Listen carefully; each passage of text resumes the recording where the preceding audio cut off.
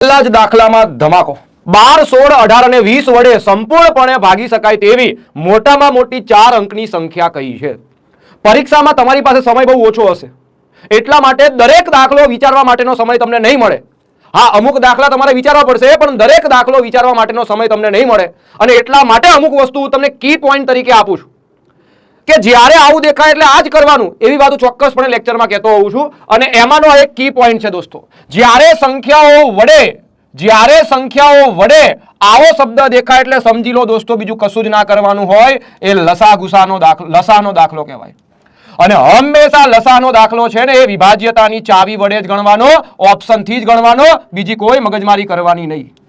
સાહેબ 12, 16, 18, 20 વડે ભાગી શકાય તેવી સંખ્યા. ચલો સાહેબ, એનો મતલબ 12 ના ઘડિયામાં આવી જોઈએ, 16 ના ઘડિયામાં આવી જોઈએ, 18 માં આવી જોઈએ અને 20 માં આવી જોઈએ.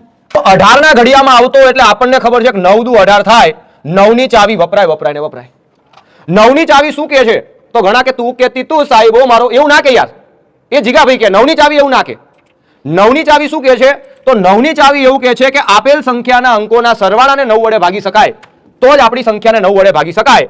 પણ આપણે ચાવીનું પણ પોસ્ટમોર્ટમ કરી નાખ્યું. લે 9 નો આપણે સરવાળો કરવો જ નથી. 9 બને તો ભગાય, બાકી ના ભગાય. આ 9 બની ગયો અને અહીંયા 6 ને 6 12, 9 ના બની શક્યો એટલે આ જવાબ નહીં જ હોય. આ 9 બની ગયો, 5 ને 4 આ 9 બની ગયો તો આ જવાબ હોઈ શકે. આ 9 બની ગયો પણ આ 9 ન બની શક્યો એટલે આ આપણો જવાબ નથી. સાહેબ આ 9 બની ગયો, 3 ને 6 9 બની ગયો, આ જવાબ હોઈ શકે. એટલે બે ઓપ્શન તો ગોલ્ડીભાઈ એમને નીકળી ગયા. તુક્કો મારવો હોય તો આ બે તો નહીં જ મારવાના, બે ઓપ્શન એમને નીકળી ગયા ભાઈ, A અને C. સાહેબ પણ હવે બે માંથી જવાબ કયો મારો સાચો? સાહેબ B સાચો કે D સાચો? તો એના માટે શું કરવાનું છે? તો સાહેબ ચલો 18 વડે આપણને એટલી તો ખબર પડી કે બે જવાબ નહીં આવે. હવે 16 એટલે મિત્રો 8 દુ 16 થાય. અગેન 8 ની ચાવી પણ આપણને આવડે છે. છેલ્લા 3 અંકોથી બનતી સંખ્યાને 8 વડે ભગાય. હવે અહીંયા નોર્મલ વસ્તુ વિચારો, 540 છે, કોઈ દિવસ 54 8 ના ઘડિયામાં આવે નહીં. એનો મતલબ સાહેબ વધ્યો એક જ, તો જવાબ આવશે આપણો, અહીંયા ચેક કરવું કરો, 360 છે અને આપણે 8 વડે ભાગીએ દોસ્તો. રેડી? તો આપણો જવાબ આવશે ઓપ્શન નંબર D. વાહ.